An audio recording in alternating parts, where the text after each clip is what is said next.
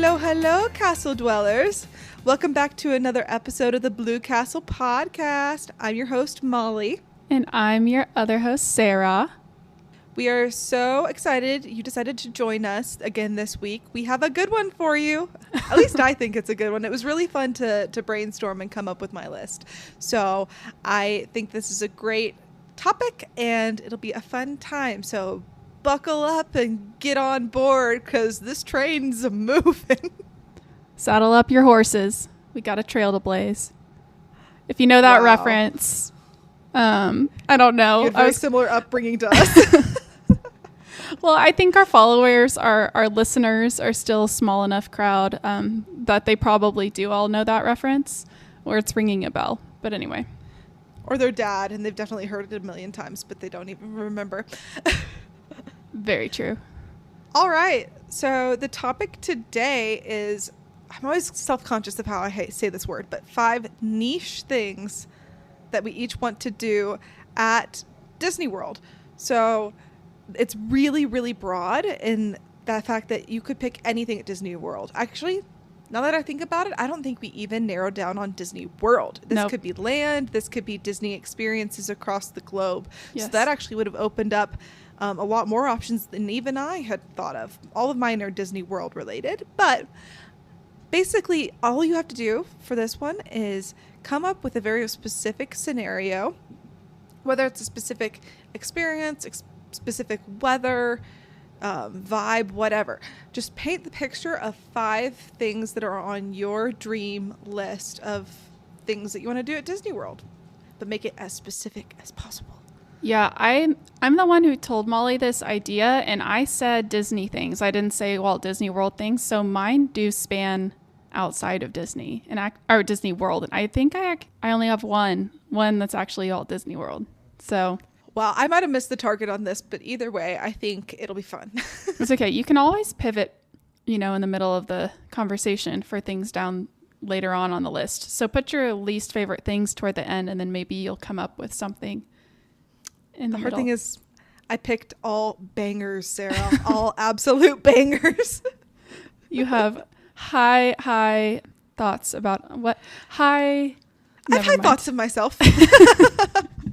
Well, here's the thing. If you can stand by your Mickey soft pretzel, I can stand by this list. No problem. I will never betray my Mickey soft pretzel. It will always be supreme in my heart. I mean, maybe not supreme, but I stand by it 1000% still until I get really bad ones, which I never have. Stand by your guns, babe. Stand by your guns. Okay. Anyway, I'm going to start us off. So we're going to go back and forth, each say one of our 5, and we'll take turns. So my first one, there's no way Molly picked it because she already said she only did Walt Disney World.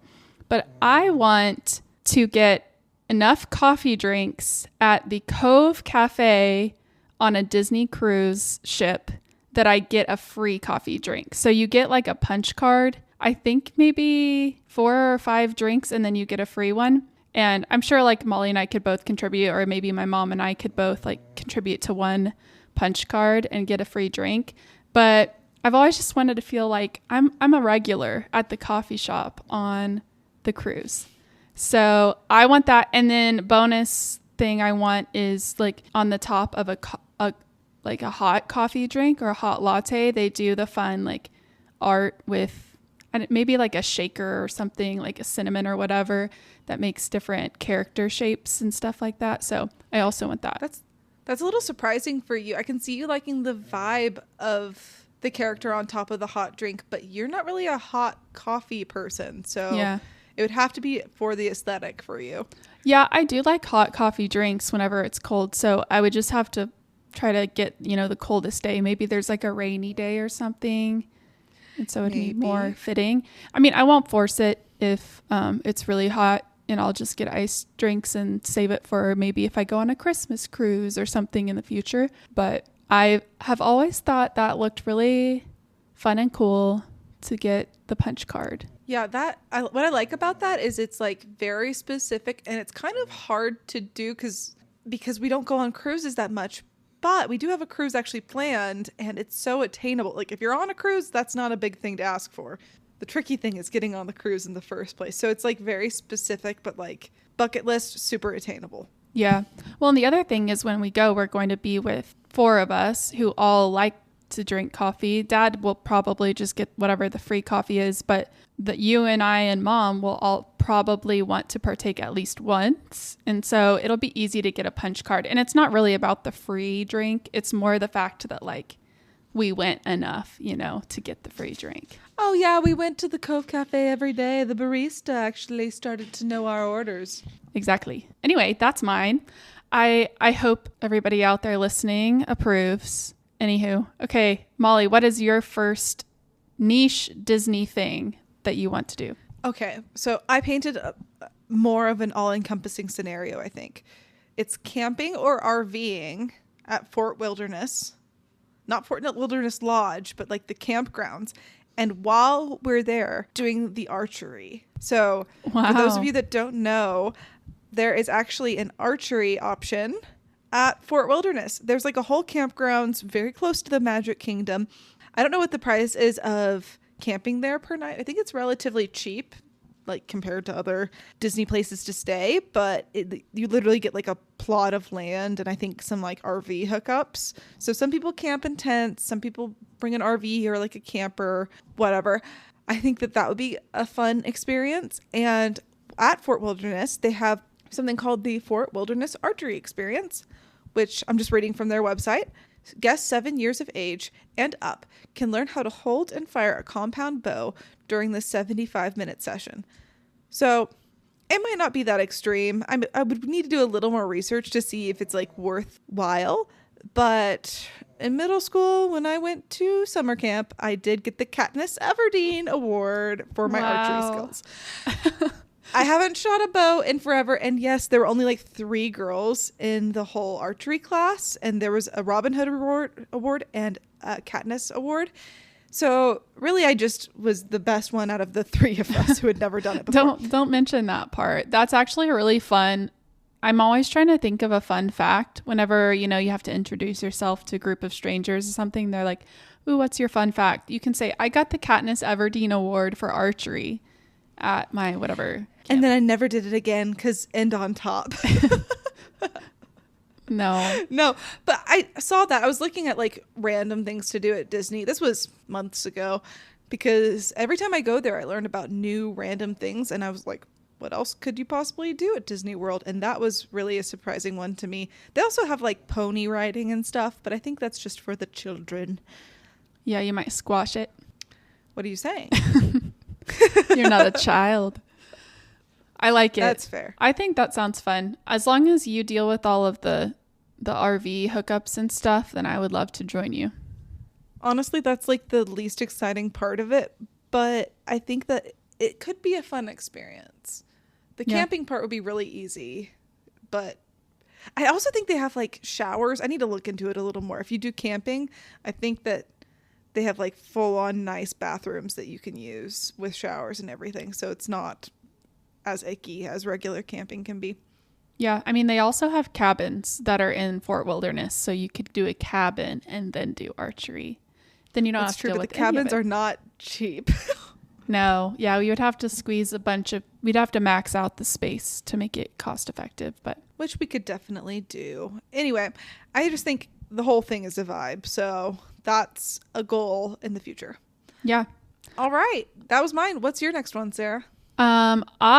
So this next one is my only Walt Disney World area one. And it is, I want to stay in Grand Destino Tower at Coronado Springs Resort.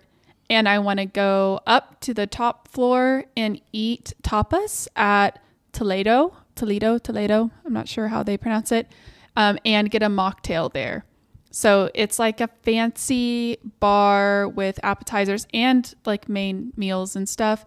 But I feel like that's the ultimate like fancy thing to do. That's more off the beaten path than some of the more obvious, cool, special kind of dining experiences. And I just have always thought it'd be so cool to be staying in the tower where the fancy restaurant is.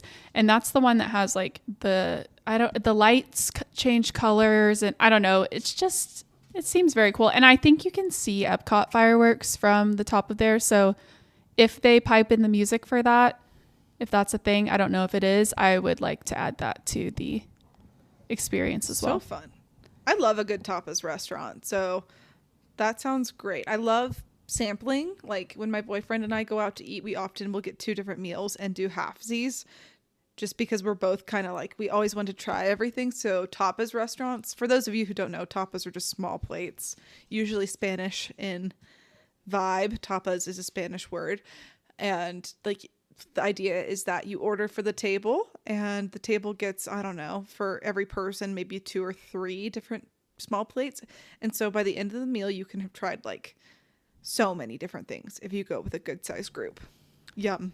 Yeah, I've heard really good things about the food there, and I think it's just a really pretty area. Like the room itself, the space is really pretty, and so I just always thought it looked fancy and bougie. I mean, we'd probably dress up. It would be a very different type of experience because I feel like we tend to lean more on budget friendly, casual, comfortable shorts and t-shirt, tennis shoes kind of stuff. So it would be changing things up for us a little bit. That's our comfort zone for sure, but it can be fun to have like your day kind of revolve around one scheduled thing where you get dressed up a little nicer, you feel put together. At Disney, maybe that's exactly what we need, is like every now and then to feel like we look cute and actually put effort into ourselves. Get fancy. Well, and that's also hard because it's so humid and hot there. Like if you go outside, you're like, oh no, my hair's ruined, or I'm sweating already and I just took a shower.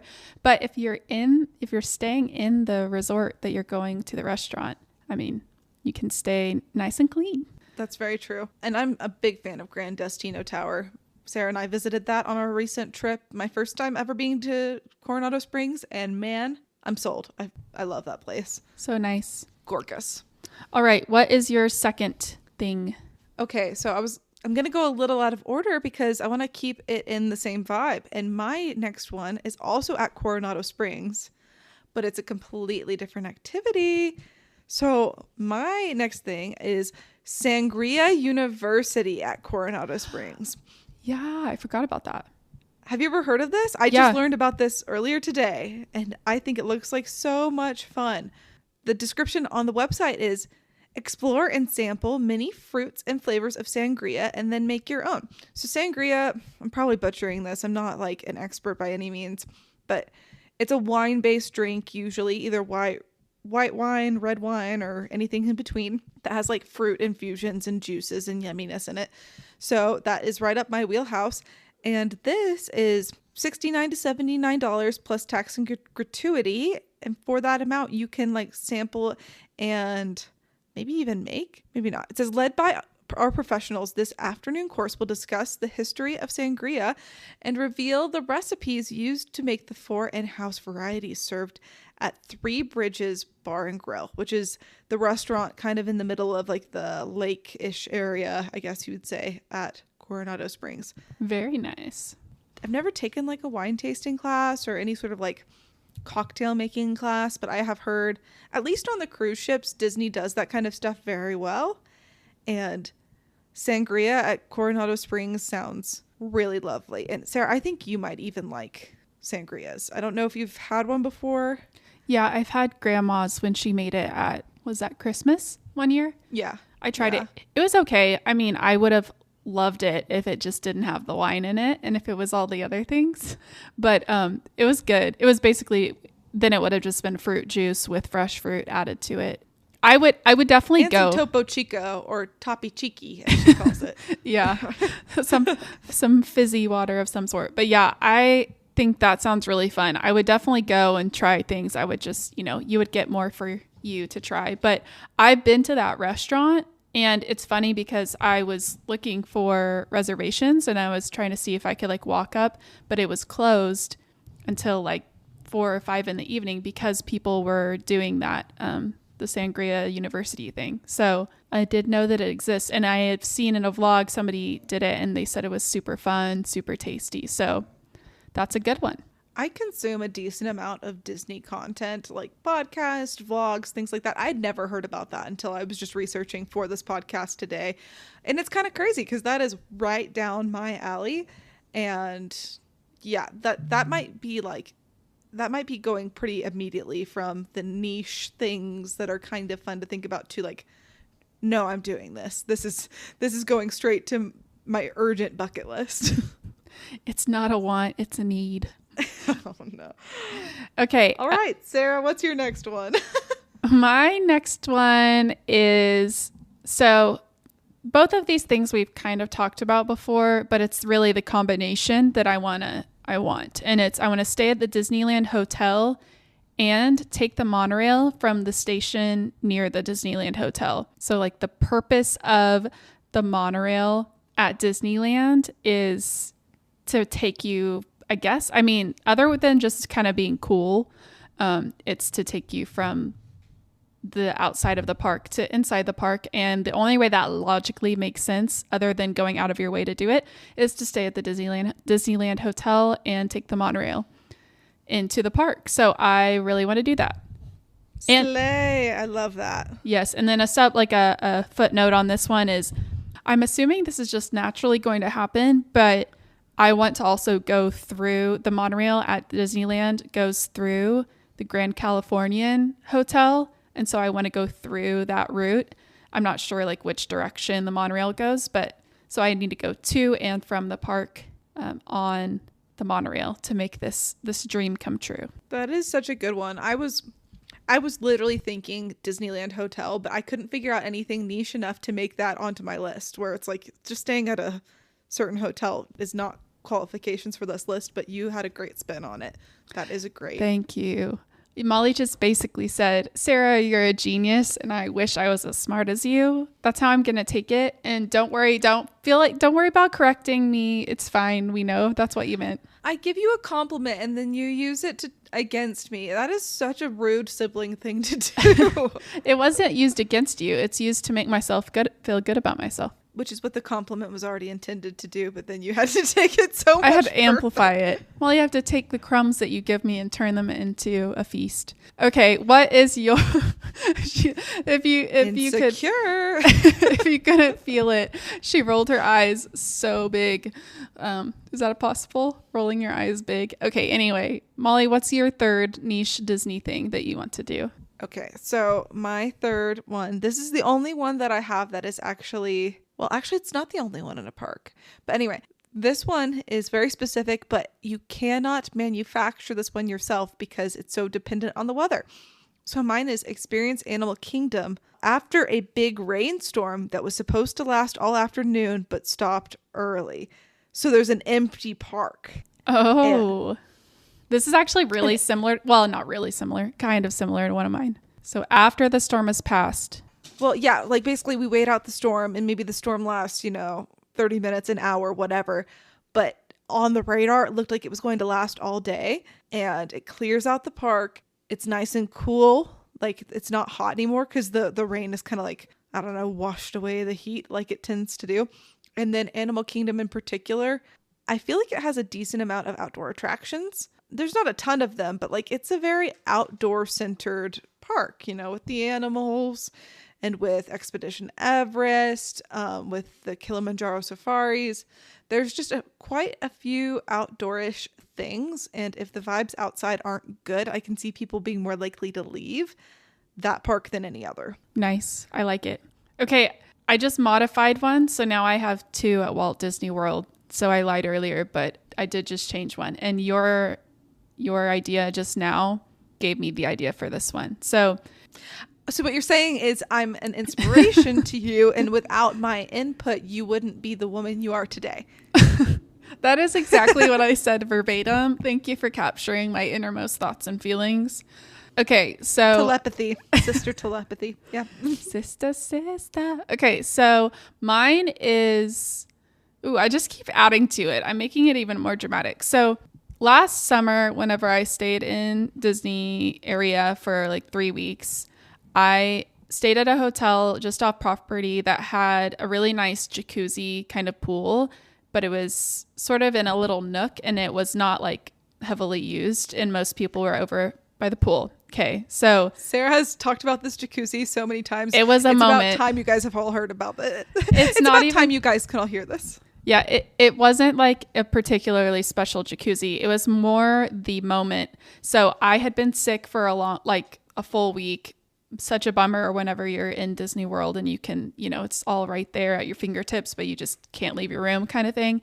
But I was just feeling good enough to go out and kind of read. I was picturing this whole time, I just want to go out and read in the pool, just kind of like cool down, whatever. And I remember her saying, there's a good chance I'm going to have in this jacuzzi with public with strangers, but it's worth it. It's worth it for... Okay, if you're hearing this right now, Molly just made some really inappropriate and disgusting jokes. And I've kept them. Well, okay, that makes them sound naughty. They are just gross jokes. Molly made some gross jokes. Molly made some immature bathroom related jokes, and I was not sick in the type of way that would matter in a pool. Anyway, the point is it started getting chilly outside, which is rare in summer in Florida, but it was because a big storm was coming in, so I moved over to the hot tub. Long story short, I had the best time ever because it was like a cool breeze coming in. It's beautiful. It's Florida. There's palm trees, and you can see this like incredible sky of like blue sky on one side, big storm coming on the other side. And it was like that for a while. So I got to sit there and read for 30 minutes to an hour. And I want to recreate that in Disney World. And so I think the spot I'm picturing is Animal Kingdom Lodge, because Molly and I just visited that resort, and we walked around the pool, and they have some really good kind of hidden away hot tubs. And I think a lot of the hot tubs are kind of on display, or kind of out in the open, and I don't love that as much. But to add to the drama, so I want to be reading, I want to be in this hot tub, and I want it to be a storm coming. But like Molly just talked about, I want it to be such a big storm that no one else is out there. Like it's coming and they're like saying the pool is open, but it's actually a hurricane that's coming.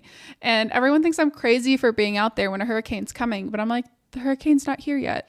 Let me just read in peace. And the cool breeze is blowing in my hair and the warm water is bubbling all around me. And my book is just amazing. That's what's happening. And they're playing African music at the pool. Logistically, that might be an issue because I'm not sure if they have the pool open and the hot tubs open when inclement weather is quickly approaching.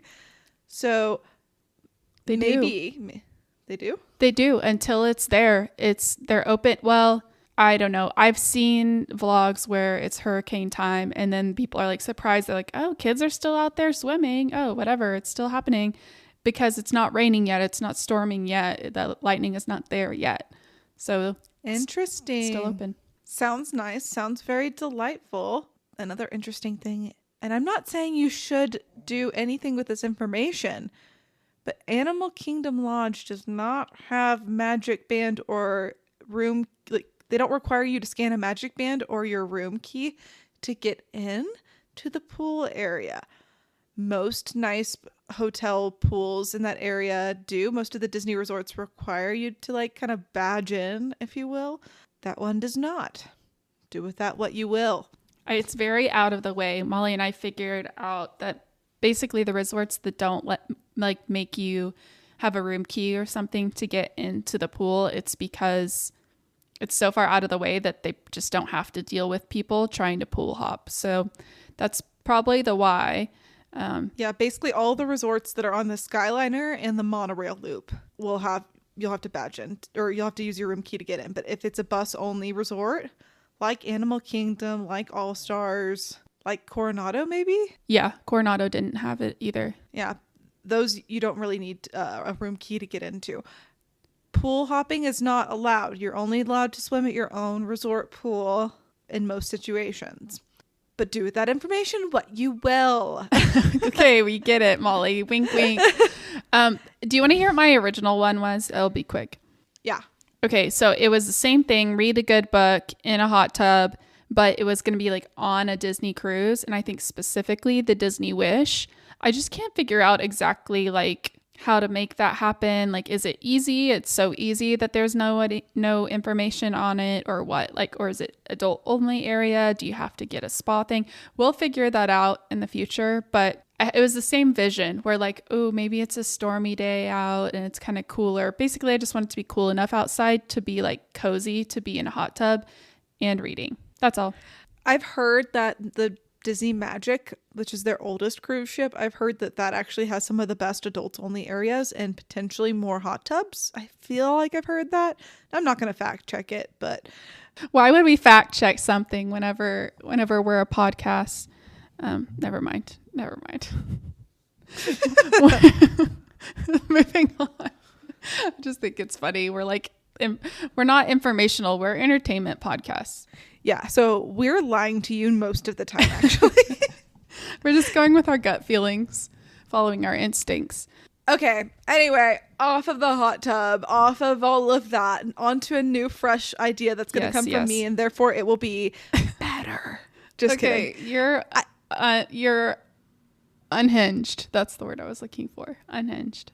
Took you a while to come up with that. I don't feel good. Okay. What's your fourth niche Disney thing? My next one is potentially not for everyone. It's maybe not even for me, but it's something I aspire to be, is a half marathon runner. One day I'm going to do it, and I'm going to do the Run Disney half marathon in the morning. Those are like super early at the crack of dawn, like maybe before the crack of dawn, I think like 3 a.m. or something crazy. And I'm assuming if I do a half marathon that early, I'm going to be pooped the rest of the day. So the afternoon I have slated for pool time in the afternoon at the Poly with the whole family, chicken strips, and a nice drink.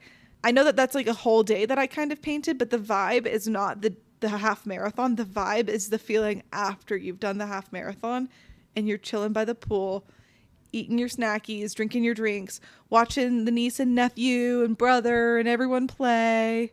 And like everyone can be doing their own thing, shopping, going in and out, whatever. But I'm by that pool. I'm home base that day, and everyone knows that they can meet at the pool because I'm going to be there. Nice. That sounds good. And so I'm assuming you're not doing the marathon the next day, because I think it's like you can do like the princess challenge or whatever, the dopey challenge, and do all of the races. So I told myself I was going to train for a half marathon, and I really, really struggled to run one single mile last weekend. So right now I am setting the goal of the half marathon to try to run a half marathon one day and a marathon the next. I'm not Iron Man. I'm not a superhero. I can't do that. What song is that bringing to mind? Like I want to know who's going to I am save Supergirl. me. Yeah, that one. I am wow, Supergirl. That is Princess Diaries. That's Disney. Yeah. Okay, I just saw Anne Hathaway reacting to the scene where it's like, I take this and this. Oops. I take this and turn it into a princess. Yeah, and she was like getting emotional about it because she hadn't seen it in like 10 or 15 years or something. She was like, I can't believe that's me. Such a good scene. Such a good movie. I want to rewatch it. Maybe I'll do that tonight. I rewatched that like last year, and it held up. For me, it held up. I loved it. It's so good. I mean, even just other like than curly hair being ugly, that's the main plot point that's completely wrong, where it's like, you can't be ugly if you have girls' glasses off. You can't be pretty if you have glasses and frizzy curly hair. Yeah, that is false, everyone. That is untrue. Sarah, glasses are a sleigh. Sad, Sarah. Curly hair is a sleigh. Sarah, don't say that glasses are a sleigh. You literally just got LASIK so that you didn't have to wear them. So you're not one of them anymore. Well, they look like a sleigh. They just were they were making my eyes have problems. Anyway, okay, that was a great side tangent. That's exactly what the people wanted from us. Mia Thermopolis. The people spoke and we so listened. the people said nothing and we said slay. Spice it up. Okay, we're on one tonight. Okay, my last one is probably not my favorite one, but it's something I've wanted to do for a long time. I want to draw an animated character at one of the animated character drawing class things, and they have them at different places, but I specifically would like to do it at the Animation Academy in Disney's California Adventure Park, which is in California, right across the street from Molly's making weird faces at me for no reason. Anyway, but Molly wants to do this too, because I know she does, because we have planned on doing it many times and we just always bypass it because we're too go. So we need to stop and let ourselves draw some characters. We're two go girls in a go world, and sometimes you just need to stop and smell the roses. What is your deal? I don't know. Anyway, so I really want to do that. I don't care what character I get, unless I get a really bad character, and then I'll be upset. I don't know what that character would be. On the spot, Sarah, what's the character you would like to draw the least? The least. What's Mufasa's evil half brother? Scar. I was literally thinking Scar. Scar. He's like I don't so like him. evil, but like not in the fun Ursula way. Yeah. I just thought of another one I wouldn't want to do. The sidekicks of the evil guy on Hercules. Oh, they're kind of cute though. I like them. I don't like them. Well, actually, they are funny. Never mind. I wouldn't mind drawing them. It's so like random that I don't know. There aren't really that many that I would be like, nah. I think I would love to draw Ursula. She's got so many fun bumps and curves. And she's also just an absolute diva queen, which we love. Yeah, she'd be more of a circles than a squares kind of a drawing. You know what I mean? She's very round. I think some of the ones that I would also not be thrilled to draw are just characters that I'm not familiar with. Like if they did, like, I don't know, Phineas and Ferb, like I've never really watched their stuff. Like that kind of thing. Anything from Fantasia, I would want it to be like I'd be upset. Mickey Mouse? You'd be upset to draw Sorcerer Mickey Mouse. Mickey might be the only exception. Okay. But like the creepy Okay. Jack in the Box thing, I don't think that's really a character. Like, I don't think that it has to have like a name for you to draw it. But yeah, I would like to do that. I would love to do like any of the Winnie the Pooh characters, any of the classic, like, I don't know, animals from Timon and Pumbaa. They would be fun. Anyway, I would love to do that someday. And it's actually really, really easy. They also have places where you can do that in Epcot. They sometimes do it during the Festival of the Arts at the America Pavilion. And then they do it at Rafiki's Planet Watch at Animal Kingdom. And we've never taken the train out there to do that. So I also want to do that sometime. But those are your other opportunities to do those drawings. And I think you can also do them on cruises. So maybe we can find a spot. I think you can. I think I've seen people do it on cruises before. You could also practice by just doing a YouTube video or something. True. It's just not the same. If you want to do some like practicing beforehand so you can really be better than all of the other people at your free class.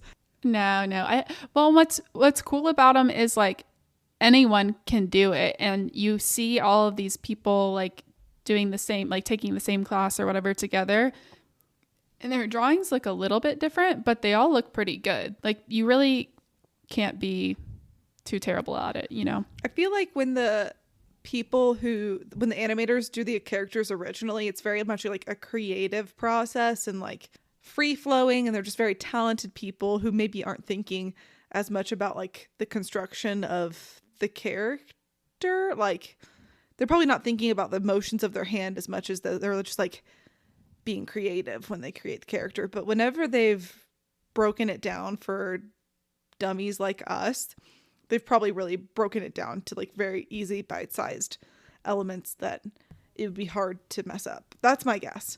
Yeah. I don't know. I know that sometimes people comment like, oh, that was hard, or that one was an easy one. So there's definitely some that are more complex than others, but I do think, yeah, they know how to simplify it to make it really easy and kind of step by step. Yeah, I can follow pretty easily with like someone's lines that they're drawing and stuff, but if they get too like, if it's a bunch of shading and stuff, I'm not good at that. No, I don't think they ever do shading unless they're like bonus material if you want to do XYZ. But I don't know. It looks fun. I want to do it. And I don't think it takes very long either. All right. Good pick, Sarah. Love it. Thank so I've you. got 2 more things, and one of them was going to be the bonus one, and I think I'm just going to bring that one right back into the rotation. I'm making a last minute switcheroo. So this last one is kind of unrealistic. Definitely unrealistic at this point in my life. But it is be surprised with a full Disney World trip one day. So like wake up in the morning and then find out that someone else has made arrangements for me to go to Disney World. I'm talking someone's talked to my manager, gotten my PTO squared away, booked the flights, picked the hotel, gotten the park tickets. And I literally wake up and they say, so like this is Sarah or maybe my boyfriend one day in the future. I wake up and you say, Molly, we're going to Disney World. Pack your bags. Our flight leaves in 4 hours. That would be so cool. And I can't stop myself from thinking about the logistics side of it, but how much better would it be too if the person setting it up for you had contacted your manager and they were like, you know what? We are going to gift Molly these 5 PTO days as a bonus because she is our favorite employee we've ever had. And so she doesn't have to use any PTO. And the person who booked it is like, and we got an amazing deal because of XYZ reason. So there's like no guilt on it. You're like, oh, wow. That sounds amazing. But the more you paint it as like this perfect scenario, the more I think like this has got to be Make-A-Wish for adults. Like there's no way that I don't have terminal illness. It'll never happen. It's really only little kids. I mean, I just fully connected what you just said. That's actually really sad. No, it's not Make-A-Wish for adults. It's just, it's like maybe like a 30th birthday or like a 40th birthday thing or something where it's like a full. It would be a lot easier to thing. do if I didn't have like a regular day job where I report to a manager. Like I have such a normal regular day job that having someone make arrangements for my PTO, that would kind of annoy me almost a little bit because I like kind of plan out my PTO for the year. But say, for example, one day I'm a stay-at-home mom / maybe a small business owner that I like run it myself and kind of have set it up so I don't need to be there all the time. That's when it's more feasible. Like someone could book a trip, do all of that, and I would have no idea. It would have to be someone who doesn't share my credit card account though, because I would be on that like a hawk. You're like, I budget too much for anyone to get away with that. Yeah. But also, I mean, for me, I think I'm more of an intense planner than you in general, but we both get a lot of joy from looking forward to trips. Oh, so yeah. It's also like, realistically, would this ever happen? I think it would only make sense if someone got a really last minute deal. And like you said, you didn't have like a normal day job where you'd have to plan around that. But it does feel like the dream. I mean, you see the vlogs of like, or I mean, even our niece and nephew got surprised like the day before. I think it was the morning of. I think it was the morning of Yeah, the I flight. think it was. But just like being that like carefree that you just get to be like totally surprised. It looks like a dream. I mean, my mind. Mom and Dad, why didn't you do that for us? I don't know. Never mind. We're the worst parents ever. Just kidding. I mean, they did take us to Disney World. I don't even remember if like we were surprised or how they told us or anything. I don't remember at all. But I was just thinking, like, going through the logistics, there's a lot to plan out. But what would stress me out the most is if, like, I woke up and it was in the morning. They're like, our flight leaves in 4 hours or whatever. What if you hadn't done laundry yet? What if you didn't have, like, what if you only had 2 pairs of shorts that were good because you just gotten paint on the other ones and outgrown some of the, like, what if your wardrobe didn't support a full Disney trip? Oh. Then you would just have to go shopping at Disney Springs on one of your first days. Oh, what a bummer. Yeah, you're right. That's actually okay. Well, and they have some great like Uniqlo and stuff. They have some really good like not crazy expensive options too at Disney Springs. So it's not like you'd be having to spend a crazy amount of money. Yeah. And maybe, on the surprise, you're the person who planned it booked a DVC like suite or something. So you have a washer and dryer. That would be nice. Actually, all the resorts have washers and dryers. So you could totally do laundry there. bring your dirty clothes and just wash them. What a dream on to your bring pool all day. your dirty clothes to Disney World and get to do laundry at the most magical place on earth. Exactly. I did laundry at the off-property hotel I stayed at when I was at Disney, but I've never done it laundry at a Disney resort before. Bucket list. That we should add that to the list. Yeah, that's our bonus one, everybody. You're so excited to hear about it. Doing laundry at Disney. Special. This is making me want to go on a Disney trip, which is every week when we record this podcast, I end up just being like, okay, when's our next trip? When's our next trip? Yeah. So, well, I'm thinking about the longer, like in order to do laundry at Disney World, that means you're staying there long enough that it warrants you needing more clean clothes.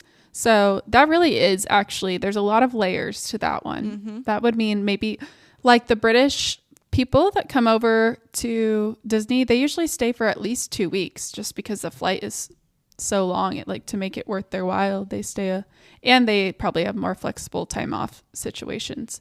But anyway. Yeah, I have a friend whose boyfriend lives in the UK and she lives in Utah, and her whole family and him and his whole family all went to Disney World for 2 weeks in, I think it's August, where it's very, very much traditional in the UK to have like the whole month off, which I don't really understand how that works. Cause like, is every shop just shut down? Like, is everyone on holiday? Is there no place to go get groceries? Like, how does that, I don't know, but super fun for them. Yeah. Congratulations if you're a European or anyone who gets flexible time off policies. Meanwhile, congratulations if you're in a society that is not built on crazy amounts of working and bad work-life balance practices like the United States is. I'm not jealous at all. Go us. No, we're not jealous. Hey, but we are, well, I guess I was going to say we're the ones that have Disney World, but other countries have some pretty awesome parks too, which neither of us mentioned any non-US parks. I mean, you obviously only stuck with Disney World, but maybe we should do another version of this with international parks or international things. That would be more challenging just because I would have to do more research for sure. But I know we've talked for years about going to Tokyo Disneyland and Tokyo Disney Sea. Those are probably the top of my list of foreign Disney parks that I want to go. Yeah, of the international parks that I want to go to, but maybe the least feasible. I think that's a crazy long flight. Yeah, I've done it before though. I think it was like 11 hours from Houston, maybe. It's not terrible, but yeah, I definitely think we should do it. I mean, I want to go to all the parks. I think the drone light show at Disneyland Paris looks incredible and very cool. I've never seen a drone show, so I want to see that. I want to go to all of them. I don't really know much about Shanghai. Wait, is it Hong Kong? Hong Kong and Shanghai. They both have. Okay. I think. Yeah. I think you're right. One of them just. Molly's fact checking. No, I'm not. I thought about it, and then that just seemed like too much effort. We are the non-fact checking podcast. No, I'm pretty sure there's one in Hong Kong and Shanghai, but I want to go to both of them, but I do think Tokyo is the one I'm the most excited to. It's Disney Sea specifically because it's so different. And I think from everything else we've been to. Yeah, the World of Frozen just opened at Hong Kong Disneyland, which would be super cute. Yeah, I want to see that. I don't know why it's called the World of Frozen and not Arendelle, but I guess everyone knows Frozen and not everyone knows what Arendelle is. And I wonder if Arendelle was called different things. You know how sometimes like Moana's name is not Moana in like certain countries or whatever? Maybe it's not the same name everywhere. Yeah. Maybe Frozen is the same. I just looked it up and apparently it's called Arendelle, the World of Frozen. Okay. I say Arendelle. Arendelle. Dell? Arendelle. Anyway, that part is so non-important, but the point is I want to go to international Disney World type things. It sounds like a lot of fun, and it's a good way to, I think, to see a lot of the world, because there's no way we'd go to Hong Kong and just go to Disney. We would definitely want to make a full-on trip of it, especially for Japan. There's so many things I want to see in Japan. It's a good way to get samplings of a lot of different cultures and just also get a little Disney sprinkled in. Why not? Disney. Yeah, I like it. I'm game. Sign me up. Cool. Well, I think that just about wraps it up for our episode this week. Thanks for listening, Castle Dwellers. We're glad you popped by as per usual. Join us again next week, same time, same place, and we'll discuss another super fun Disney topic. Get to know us on TikTok. Sarah's been working really hard on that. Sarah, what's our TikTok handle? At Blue Castle Pod.